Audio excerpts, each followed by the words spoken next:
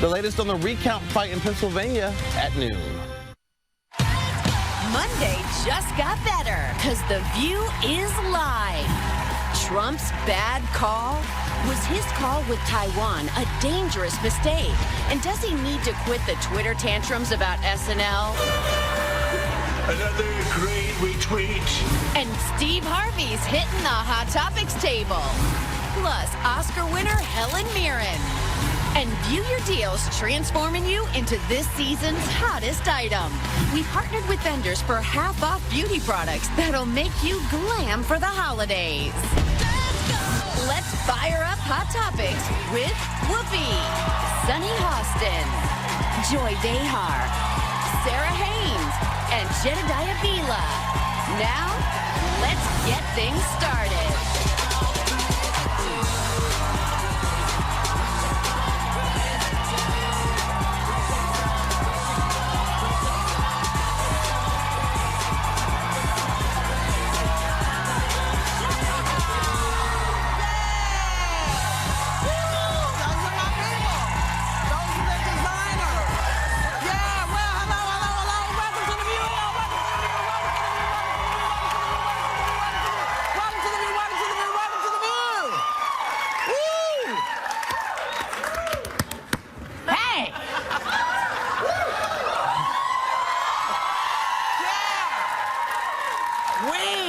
Kick things off with some really good news. Protesters are celebrating after the Army Corps of Engineers announced it will look for an alternative route for the Dakota Access Pipeline.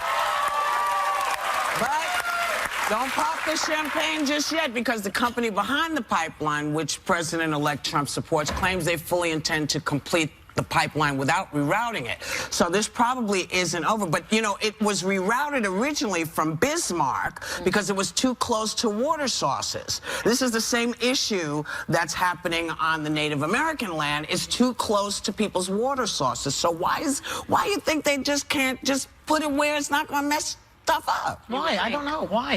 Why? What's the answer? I don't know. I guess that they're having...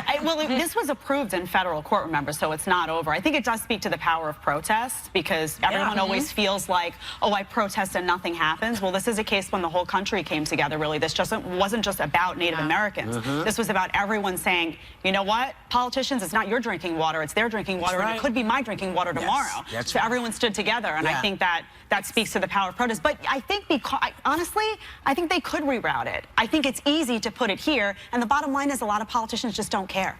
They don't care. But you know, Ryan doesn't seem to care. Yeah, well, he should, because maybe it could they be put it in his yard. You know what? If it were his drinking water, then he would care. And it's, I think it's not only the drinking water, but it's also their tribal lands, you know, that they would be encroaching upon. But I think what was so fantastic was the 2,000 veterans that formed the human shield in front of the protesters. These are veterans that fought for the rights of our Native Americans. I was just so impressed by that. It's one of those things where, you know, we see what happens when people don't care.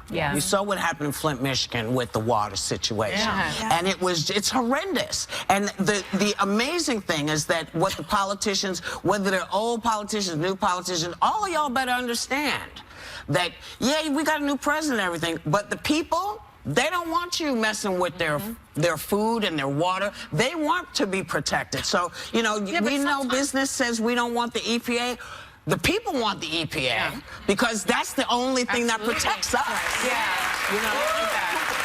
What are you saying, Beth? I was just going to say that sometimes people don't even know it's happening.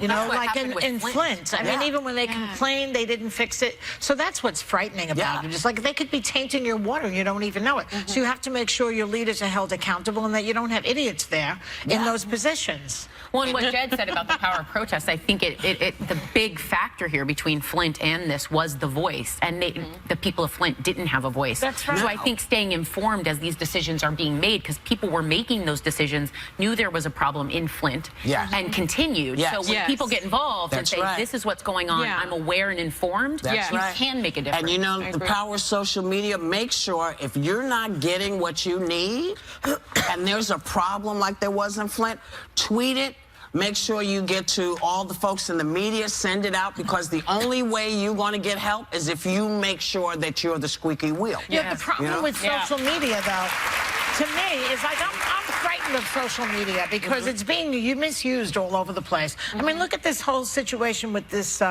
this guy who went and tried to kill people in that pizzeria based on some fake news that was on Twitter or someplace as saying that Hillary Clinton and John Podesta were in some kind of slave trade. I mean, come on. Kind of sex Those ring. two? What? Wait. What is it? What? It was a fake news report that Hillary Clinton and John Podesta were running some sort of child sex ring in the back rooms of a pizza shop, of a pizzeria. So some idiot reads this and believes it.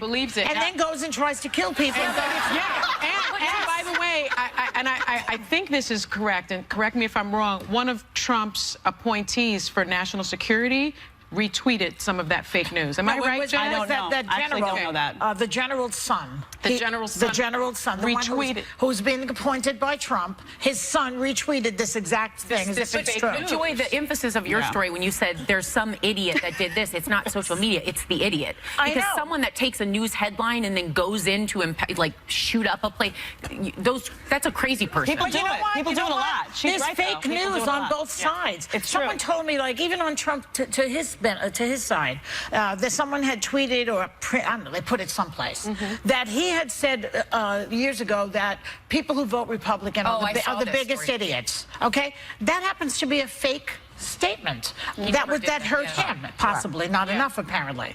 But nothing hurts him. But I'm saying that it can hurt both ways, and it's not good, and no one believes the news anymore, and this is the beginning of a dictatorship. Dig deeper. You always have to go into source after source. I mean, if you see a news story that sounds a little bizarre like that, you would have been hard. I mean, think about it this way: if you hear that Hillary Clinton and John Podesta were running a sex, you have to ask yourself, how come nobody knew this when she was running? Why didn't it come up? I mean, emails came up. So you have to kind of dig a little deeper to make sure that you're not being sucker punched. And the pizzeria is saying that they got all sorts of death threats, you know, just terrible things. You're right. One source that you believe. Well, it has to be. No, you know who it is. It's yourself. You always have to get multiple sources. You have to do your homework. You have to do your homework. And come on, people. This is America. We are smarter than this. Yeah, but you know what? Not everybody is. I like this topic because when I have to admit this. I have to admit this. When I saw that he said that allegedly that Trump had said people who vote Republicans are stupid, I believed it. I believe that he said that. But did you do any? But then, how would I check it? Well, I did. There's lots of One of the big Google terms was, "Is this Trump story true?" Yeah. That was afterwards. In the very beginning. But you know what? It wasn't but even when you hear stuff, you have the power to start checking. You don't have to accept everything that you read on the internet is not true. Yes. It's just not true. You know? Very hard. But the thing that is true is we actually do have to go, but we will come right back. It's hard to do.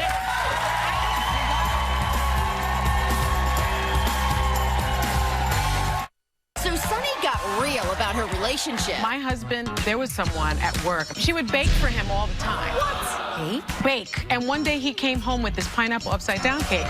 He was like, "This is so good." And then what happened? I grabbed it and I threw it in the trash. I was so upset about it. I would have eaten it. Oh, yeah. I would have too. We're serving up more tasty Hot Topics tomorrow on The View.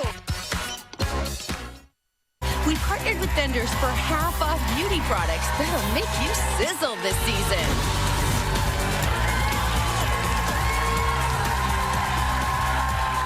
Welcome back. President-elect Donald Trump found time to catch SNL, which did a skit about his excessive tweeting, and he gave his angry response on Twitter.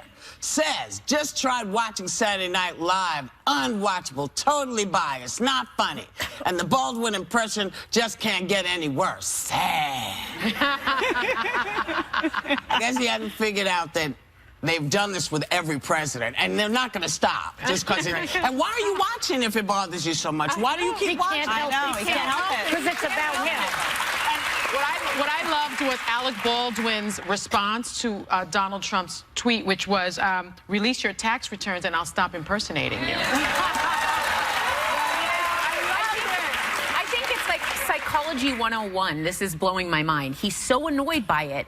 It'd be more powerful if he stopped watching and tweeting. Like, it doesn't even deserve my attention. It's like what a parent teaches you about the playground. Doesn't he have a security briefing to listen to? No, he doesn't take those. He doesn't take those. Mike Pence doesn't take those. I feel like there's videos somewhere of him just in a room with a TV watching himself all day long. Yeah. Just everywhere. On many He's monitors. probably watching this right now because he's an egomaniac and he can't control himself. Whereas you're right, if he just tuned it out, it wouldn't get his attention. It would look like, oh, I can't be bothered. But also, could you just laugh a little bit? Because, I mean, this stuff is funny. Notice he never laughs? Yeah. I find that very disturbing. Very disturbing.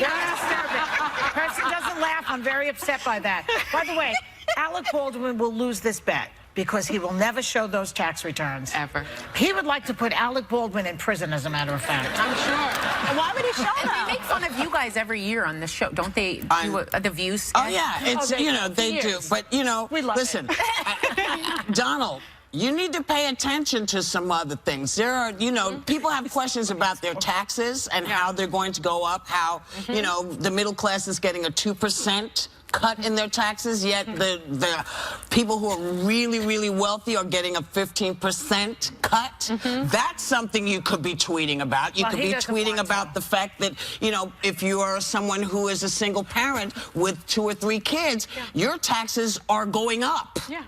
So perhaps that's really where you should put your... I'd like him to tweet about the rise in hate crime since he was elected. I'd like to hear... I'd like him to disavow that and tell people to stop doing that. So much what everyone thinks, and I know he's super insecure because this was a divided election where the popular vote went one way and the electoral college went another.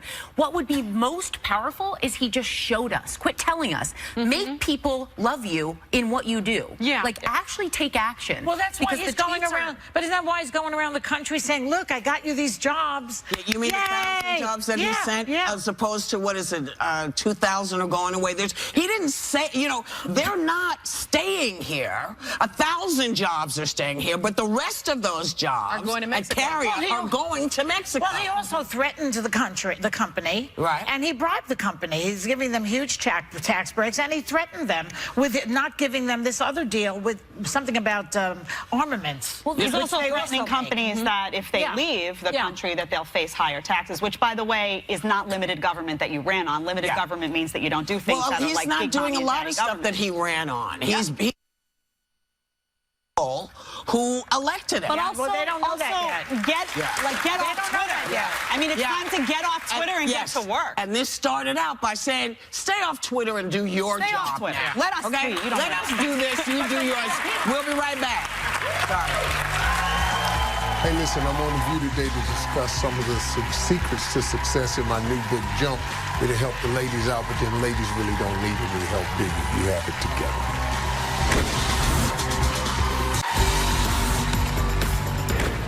You cannot just exist in this life. You have got to try to live.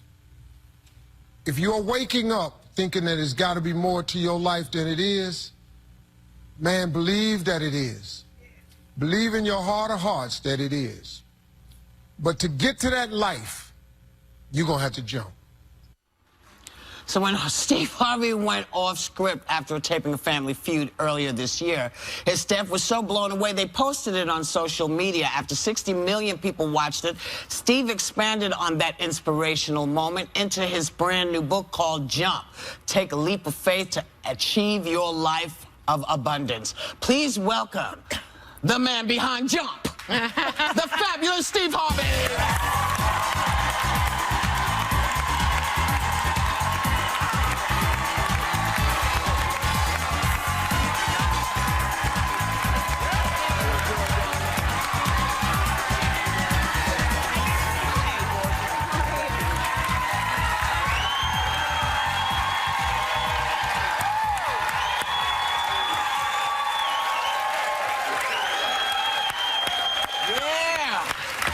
That's right. Just lay back.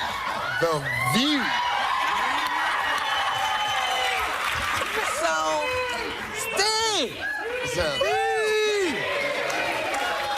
So, before we get to jump, look, we were talking about Trump's tweets, the SNL tweets. What do you think about Were you humorous about it? Look, you know how many times Saturday Night Live done me? They've done us also. That little fat Keenan that talked about me. Yeah. I mean, he done done me like he ain't got nothing else to do. You know, I want to punch him in the face, yeah, But it's so good. But I mean, he's nailing. I don't have time for that. I'm not even the president, and I ain't got time for that. Steve, you have, in your new book, Jump, you talk a lot about moments in your life that kind of shaped where you are today. Yeah. And one of the first jumps you made was to do stand-up. What did life look like at that point? I mean, look, I was struggling, you know. I was trying to find what everybody wants, success and happiness, you know. And I was working factory jobs. I was selling life insurance. I'd flunked out of college by then. You know, I was just going nowhere. I was waking up miserable every day. And October 8th, 1985, I walked in a comedy club first time, had never heard of a comedy club. A girl took me down there and dared me. And I went up that night, October 8th, 1985. I won amateur night. I won $50. I went to work the next day and quit my job. And, you know, when I jumped, you know, when you jump right away, the parachute don't open. You don't just, whoosh, and you just flying. That's right. I jumped and and then I started tumbling. I ended up homeless, you know, for 3 years, but I mean, Really? look at me now. Right.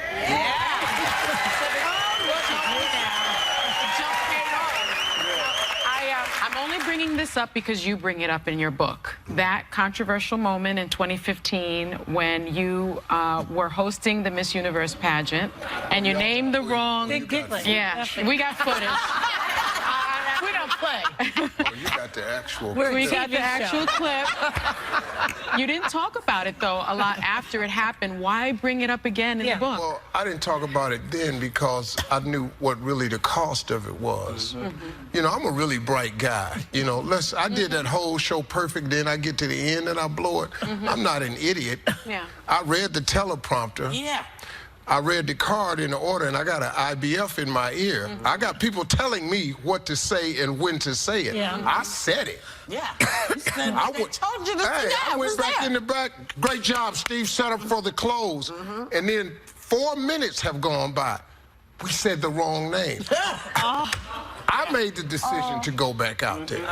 The TV people, you know what guy said to me? He said, we'll straighten it out tomorrow in the paper. No. So I made the decision to go back out there because my father was in my ear, you know, who's passed, and my mother who's passed, but that Sunday school teacher, that coal miner, was in my ear. Do what you're supposed to do, stand up. And so I went on out there and took the bullet, you know. I shouldn't have did it, but I went out there. You know, we talked about it on this show. We talked about it on this show because teleprompters, you know, you say what they're asking you to say. So, you know, we know how this works. And so we were like, look, back up, y'all, because if you don't do this for a living, shut up. Shut up. Well, the one on camera is going to take the hit. I want to ask you about your birthday. We're both January babies, by the way, so we have something in common. No, I'm Aquarius. Oh, you later. Yeah, we got some in the audience. Of course. Now, you're about to turn 60, but before, when you were about... Wait. Y'all had to take that in, didn't you? Look at him. Y'all sat up here and just said...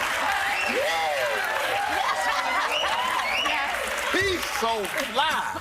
That's what I was thinking. You late, baby. You late. 61. But go ahead.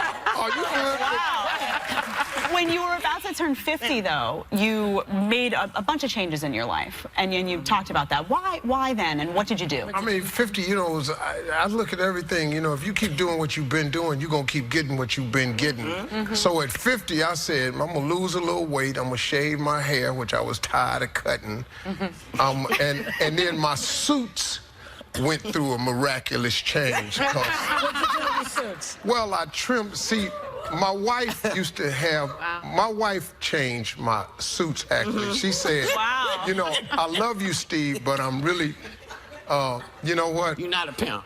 Yeah, that's exactly what my wife said. I love you, Steve, but I'm actually tired of being married to a pimp. And if you could, she said, and then my wife actually told me, she said, your life is going to change drastically. God is going to take you somewhere, so you got to be prepared to look like you belong where he's taking you. So I want you to cut your pants legs down, shorten your jackets, and wear 2 buttons and double-breasted, and don't make no more suits with loud colors on it. And so,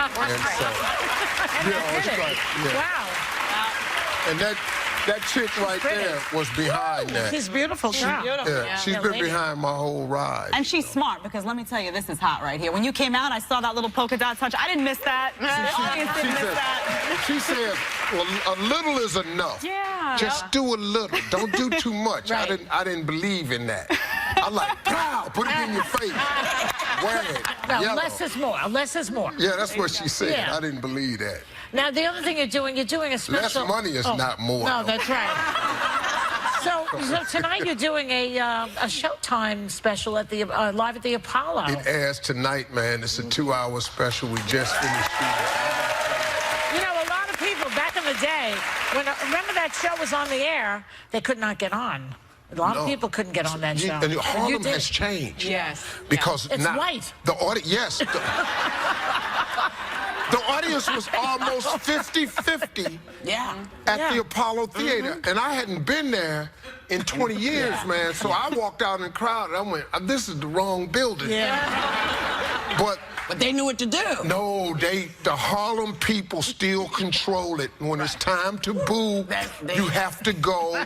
Sorry. And so the little white girls was there. Oh, my God.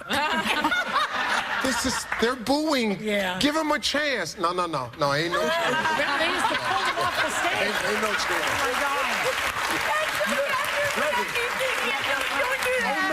Don't boo now. He totally has you. No. He's totally got you. You know what? You have to come back, man. And you don't come here enough, and we don't see you enough, and it's always fun. So please come back soon. Thank you, Steve Harvey. See him tonight on Showtime at the Apollo. You have to check your local listings and jump. Take a leap of faith to achieve your life of abundance is available now. And you know what, y'all? Because you're so damn good. Members of our studio audience are going home with a copy of it. We'll be right back.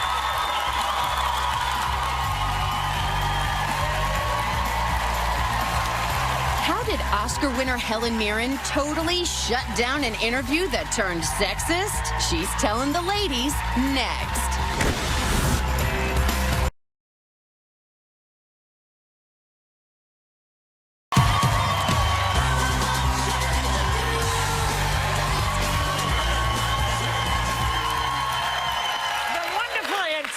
Beautiful Helen Mirren is here. She's an Oscar winner with attitude, and she brings it to her star-studded new movie, Collateral Beauty. She plays someone who, unfortunately, blonde.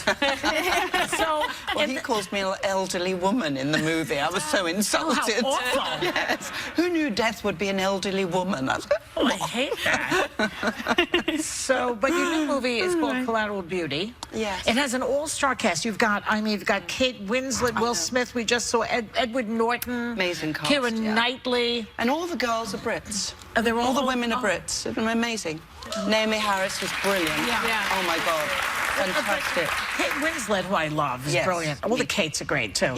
This is what Kate Winslet said about working with her. She said, quote, "You could sit and talk about anything with Helen for hours. She's everyone's friend, and she's out of control, sexy, and beautiful. We all wanted to make out with her."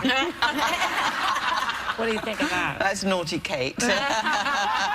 I bet Kate's very good at being naughty. I bet you're a bawdy. I don't think I'm particularly bawdy, but it was one of those movies where nobody went to the trailer. We all sat on the set in our chairs, you know, waiting to be called, and just kind of, you know, chin-wagged. It was great. It was very nice experience. Now, the movie's about finding beauty and maybe unexpected places. In the darkest of places. Because you are deaf, but you're really funny in the movie, which is kind of an interesting contrast. But what was it about this script that made you say yes? Well, it's what the center of the story, which is such a difficult thing to explain, but it's about finding beauty and light in the darkest of moments. And many people have experienced this. Sometimes they find it through religion. Other people find it through other, in other ways. But certainly in my experience of life, which is now getting to be quite a long experience of life, I have witnessed this and seen this. So, it's a very difficult concept to grasp, especially when you are in the depths of despair, as Will Smith's character is at the beginning of this movie. But it's bringing you back into the natural way that life is. So it's a difficult thing to describe, but it is kind of comedic, the movie. It has a lightness. Death can be so hilarious. Yeah, exactly. Well, actually, it can. Yeah. In a way. Way to look at it. All memorials. I'm of an age now that I start going to memorials. My darling friend Alan Rickman died last year. I went to his memorial. Wonderful actor. A great actor, the wonderful Gary Marshall, the most brilliant, incredible American producer of television and movies. And these were such great people. So when you go to their memorial, it's so inspiring and also very fun. Because there's always a lot of very funny stories, And you come out of it of course you feel sad that you've lost your beloved friend or colleague, but you also feel so enlightened and joyful and energized about this beautiful life that this person has led. And also it teaches you, because I'm a great believer in learning. Life is a constant learning curve, really. Right. So I learn from these people's lives, and I think you learn how to be a better person. That's why obits are so much fun to read. Yes, they are. You learn everything about the person from the obituary. Wow, what an amazing life. Yes. So you can have an amazing life, and in a weird way, death is the thing that reveals the amazingness of that life. Yeah. I don't know. Except you've moved on to another thing. Yeah. And so now, in 1975, you did an interview on a show hosted by Michael Parkinson, who I loved. And it just resurfaced online, has gone viral because of the way you handle what people are calling his sexist question. Let's take a look. Do you find that your figure, your physical attributes, which people always go on about, hinder you in your pursuit of the ambition of being a successful actress? A serious actress, because serious actresses can't have big bosoms. Is that what you mean? Well, I think that they might sort of detract from the performance, if you know what I mean. Really? I can't think that can necessarily be true. I mean, what a crummy performance if people are obsessed with the size of your bosom or anything else. I would hope that the performance and the play and the living relationship between all the people on stage and all the people in the audience overcome such boring questions.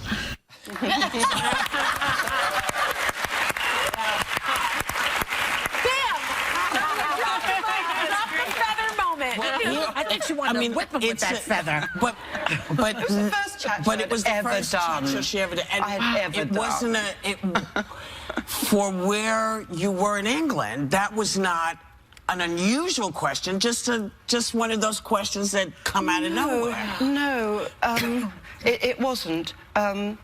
It is a revelation for the younger people in the audience of how attitudes were and completely accepted to be as such. And there was no question about it whatsoever. And it was something you just, as a young woman in the world, you just, as you know, you had to negotiate it. And I tried to negotiate it with good humour and with charm. But sometimes I think it would have been better just to be a little more rude, really. And now I would be. Yeah, you would be. But now my voice is right down here. but you're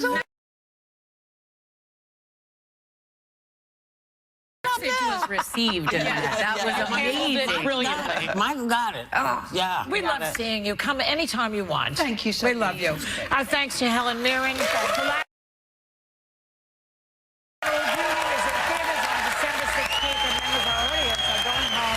With the soundtrack, we'll be right back.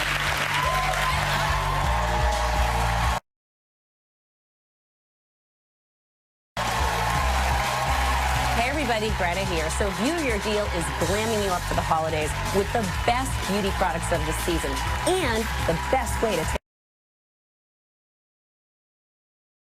take them off. Check this out. So we've partnered with vendors for up to half off. Don't miss this.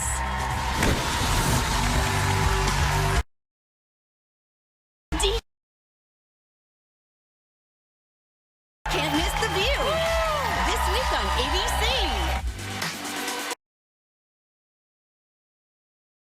That we waste even more than 25% of our expensive, foundations and creams because we can't get to the bottom. I just saw this. Well, that totally changes it. Meet Spatty, which is my best friend, because basically you use this allows you to go into anything you have to get out the rest, and it's a lot of money. Also, I'm just telling you my tip, I have a set in the kitchen because you can use it for condiments too. Everyone's saying yes, because that's like ketchup.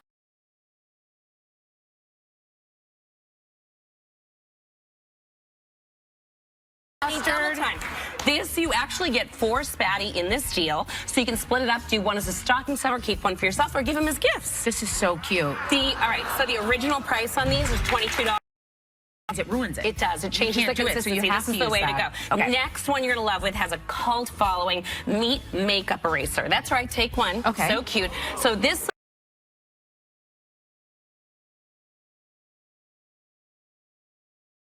little guy, you literally do this, Sarah. You just put it into warm water or run it under warm water. Okay. And you literally can take, go ahead, you can take off waterproof mascara,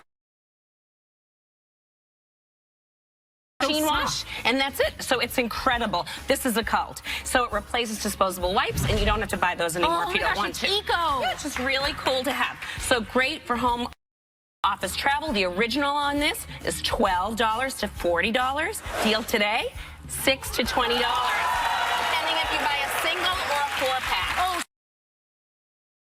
so they come. Okay, that's why. Okay, I meant to tell you that up front. Single or 4. So that's 50% off. You'll use it like crazy. Okay. Yeah. Michael Todd Beauty, I brought you before. I met this company when I worked for them a few years ago on a project, and I fell in love with the devices. And we have 3 deals for you today. Is there a battery I know you're in this? touching it. Okay. So the first one is Sonic Blend. I used this morning. Yes, this actually is used to put on your makeup, bronzer, foundation, and check it out. It gives you an airbrush finish, you guys. No lines, no streaks, no nothing. It's like a facial. You're gonna love this. This actually, Sonic Clear Pro, you use with your moisturizers and serums, you guys, because it actually penetrates down into the skin much more so than using your hands. So you literally will get penetration, your products will work better, and your skin will glow up to 8 times more. She's still on that.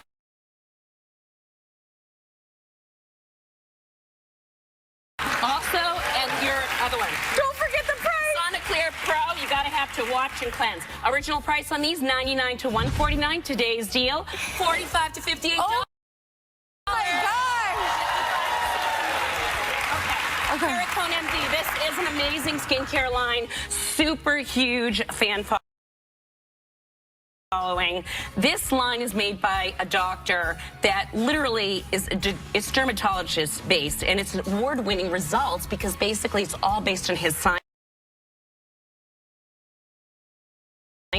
There are 10 products here in this deal, you guys, ranging from anti-aging, firming, eye, face, and night treatments. Okay, so check out the price on these. Original $30 to $162 is an FDA-cleared device for permanent hair removal. These are amazing because you can do it in the privacy of your own home. You can use this on your face, arms, legs, everywhere because look at the compact size. You just follow the guidelines once a week for a few minutes. After 7 weeks, you'll see 94% reduction in hair. Does it hurt? It's amazing. It doesn't hurt at all. It's incredible, okay? So check this out. Original deal on this, $199. Today's deal, $99.50 plus free shipping. Oh, that's a great one. Okay. This is Touchback Pro. I love this. I'm a hairstylist. I love it. This won Allure Magazine's 3 times in a row Best in Beauty Award. Check this out. Little marker, and you literally can cover your gray. Well, I can make you brown with this. You can literally just paint. There's no mess. There's no sprays, no nothing, and you cannot mess this up. 60 applications in this little baby, 8 colors to choose from, and I love this. It's like a color, and color depositing shampoo and conditioner, which is great to refresh your color. What's the price? Original, $20 to $25. Today's deal, $10 to $12.50. Savings for 50% off. I can't get it off, but it's amazing. Thank you to Greta Monahan. The clock's ticking, people. You have 24 hours to get these amazing deals at viewyourdeal.com, and members of our audience are going home with the Spatty Spatula and Makeup Eraser. I'll be right back. This is like... Take a little time to enjoy whatever view you happen upon.